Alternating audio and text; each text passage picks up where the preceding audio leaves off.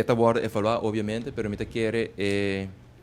discussão de meu conceito não necessário de parte legislativo sobre na final de dia vou por ter modibisa boleina em place, pero se não por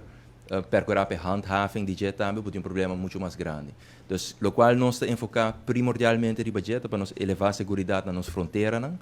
para por evitar que a pessoa não indocumentada dentro do nosso país e que ture consequência que sabe da 3CP para nossa comunidade, mas também para full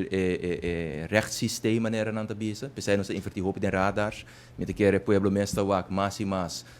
boto não worden interceptar e muito menos comparado com antes, nós estamos também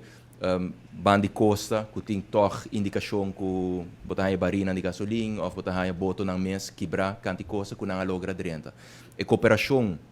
Dus não invertir somente de tecnologia, te invertir também em cooperação. Pensei nós temos strategisch grensoverleg, que o tour departamento te forma parte dessa aqui, dus botar a kustwacht, imigração, corpo policial, guarda nos costa, para de forma aí trazer melhor colaboração com o outro,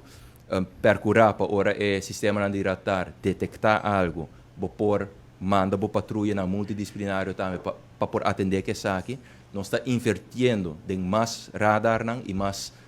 dus tecnologia mais sofisticada também, que por facilitar o trabalho para o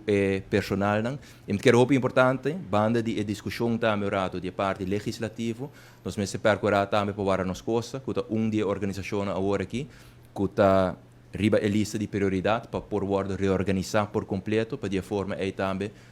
por atender mais melhor que a temática aqui.